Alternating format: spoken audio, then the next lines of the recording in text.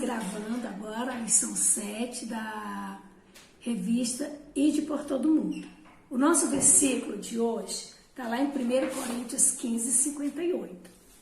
Meus amados irmãos, sede firmes, inabaláveis e sempre abundantes na obra do Senhor, sabendo que no Senhor o vosso trabalho não é vão. 1 Coríntios 15, 58. Tá bom? Vamos falar hoje de Paulo a caminho de Roma. Não foi uma viagem tranquila. Ele estava amarrado, acorrentado, ele foi preso. Deus havia prometido que queria que ele fizesse em Roma o que ele fez em Jerusalém, certo?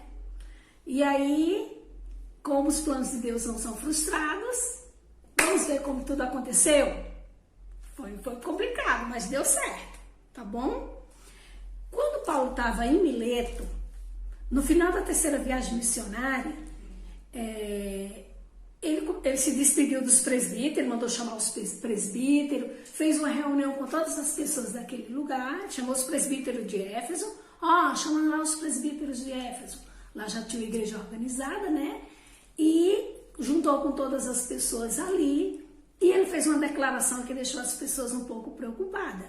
Está lá em Atos 20, 25. Vamos ler essa declaração de Paulo?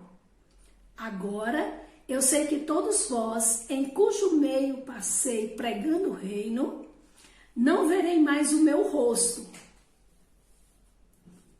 As pessoas ficaram assim, como assim? Aí ele informa, né, que está indo para Jerusalém, que não sabe como é que vai ser a recepção dele por lá. Mas mesmo assim, eu quero que vocês façam um bom trabalho. A igreja está muito bonita, vai aparecer pessoas aí querendo destruir tudo que a gente construiu ao longo desses anos. Se eu não me engano, ele passou 2 anos por lá. Então ele foi instruindo as pessoas de como eles deveriam dar prosseguir com o trabalho começado por ele, tá certo?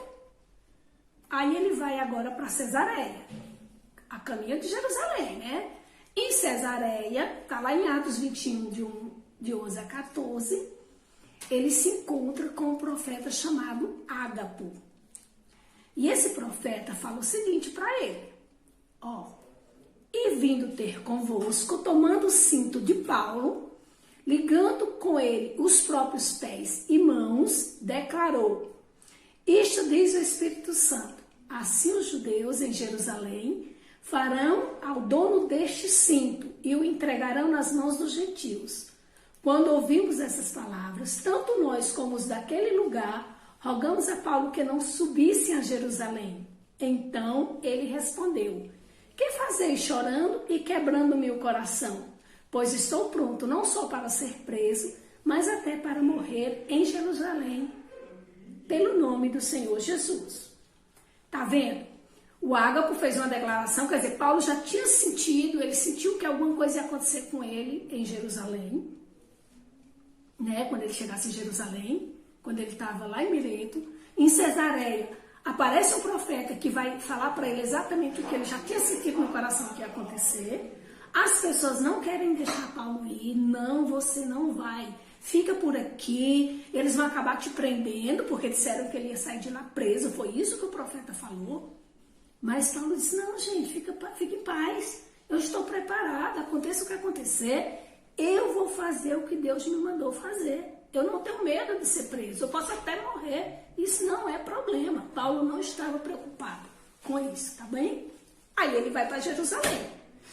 Quando ele chega em Jerusalém, os gregos acompanham Paulo. Paulo entra no templo, ao tanto de grego, de todo tipo de gente entrando no templo em Jerusalém.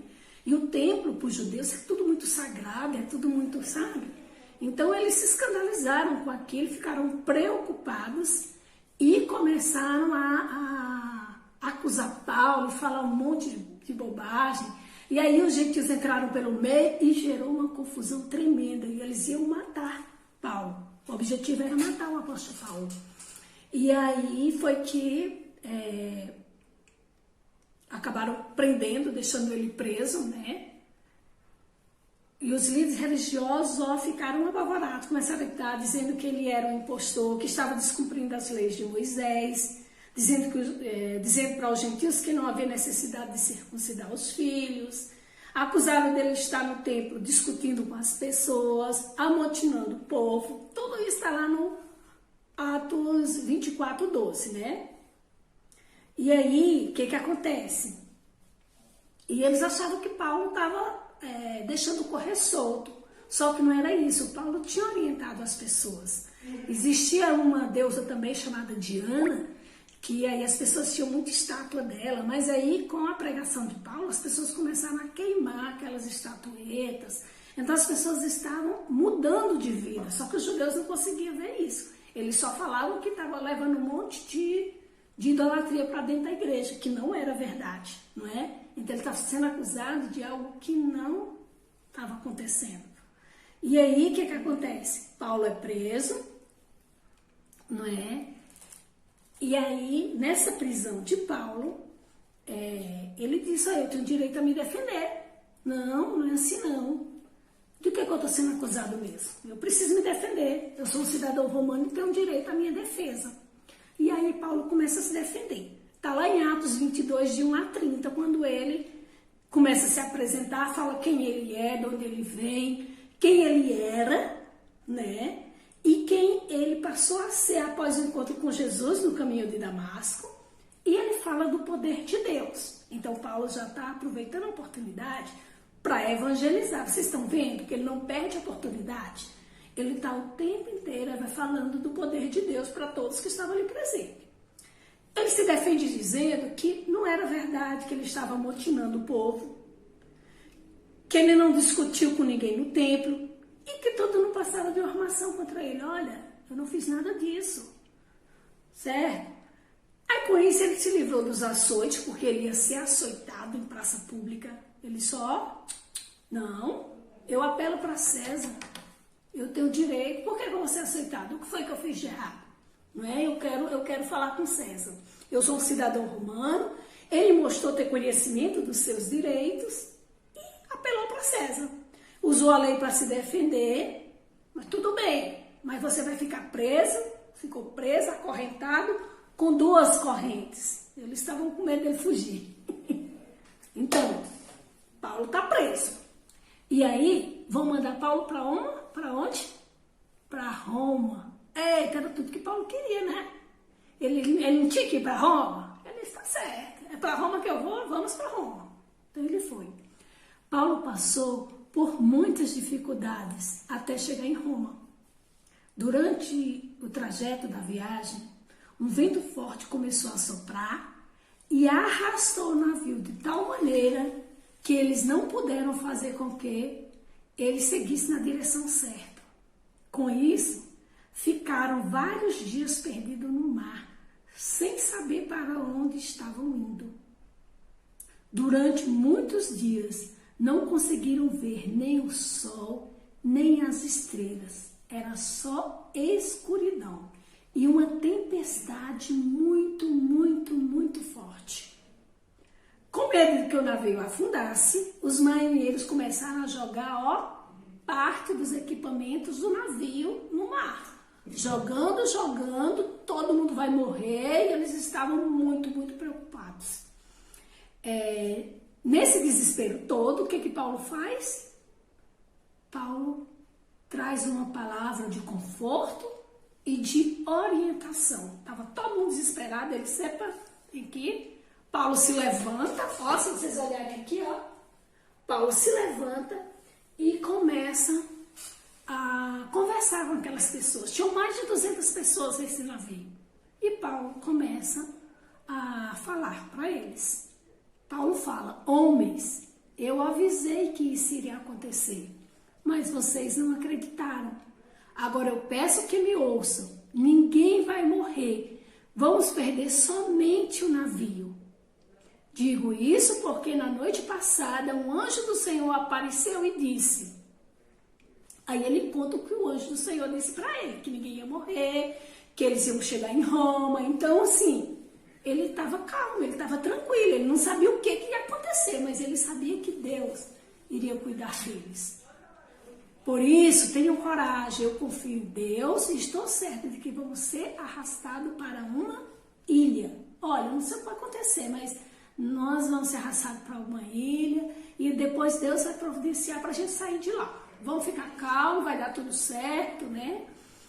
Eles passaram 14 dias nessa situação. Aí, um determinado dia, o navio bateu num banco de areia e ficou encalhado. Os soldados combinaram de matar todos os prisioneiros para que ninguém pudesse chegar até a praia e fugir. Mas o oficial romano queria salvar Paulo e não deixou que fizessem isso. Pelo contrário, mandou que todos os que soubessem nadar fossem os primeiros a se jogar na água e nadar até a praia. E mandou também que os outros se salvassem segurando em tábuas ou em pedaços do navio. E foi assim que todos se salvaram. Eles foram parar na ilha de Malta. Passaram algum tempo por lá. Deus usou muito Paulo nessa ilha de Malta. Se vocês puderem ler lá, vocês vão amar a história. Foi muito legal. E, finalmente, né, Paulo chega em Roma. Continua preso, mas numa casa alugada, sob a escolta de um soldado, esperando que seu apelo fosse ouvido, não é? Naquela casa, Paulo ficou por 2 anos, onde recebia os que o procuravam. Está lá em Atos 28, 31, vamos ver o que diz, Atos 28, 31. Pregando o reino de Deus e com toda a intrepidez, sem impedimento algum, ensinava as coisas referentes ao Senhor Jesus Cristo. Sem impedimento algum. Olha que maravilha. Então, gente, vamos para a nossa aplicação. O que nós temos que aprender com essa lição de hoje é que Paulo amava o Senhor e confiava totalmente nele. Segundo o ensinamento, Deus havia prometido que ele chegaria a Roma. E Paulo confiou nisso. Terceiro ensinamento. Paulo sabia que aquela tempestade não poderia mudar os planos de Deus. Esses 3 ensinamentos são magníficos, são importantíssimos. Determina tudo, muda tudo da vida de uma pessoa. Quando ela confia em Deus, quando ela sabe que o Senhor está no controle de todas as coisas, que nenhum plano de Deus é frustrado. A pessoa que tem esses conhecimentos, ela tem uma visão de mundo diferenciada. E essa visão só quem dá é o Espírito Santo de Deus. Assim como Deus cuidou de Paulo, Ele cuida de vocês e faz isso porque os ama. Ninguém os ama e entende mais vocês do que o Senhor. Confiem nele a cada dia. Ele estará sempre ao seu lado. Tá bem? Que Deus abençoe, que vocês tenham aprendido mais um pouquinho da palavra de Deus. Vamos orar? Deus amado, Deus Todo-Poderoso, nós te agradecemos, ó Pai, por mais um dia de vida. E eu te peço, ó Deus, que a lição estudada hoje possa encontrar guarida nos corações dos nossos alunos. Que o Senhor mesmo possa estar abençoando e fazendo com que eles entendam que nenhum plano de Deus é frustrado. Que o Senhor está no controle de todas as coisas. Que o Senhor sabe o princípio e o fim de todas as coisas. Que nós possamos depositar toda a nossa vida nas tuas mãos.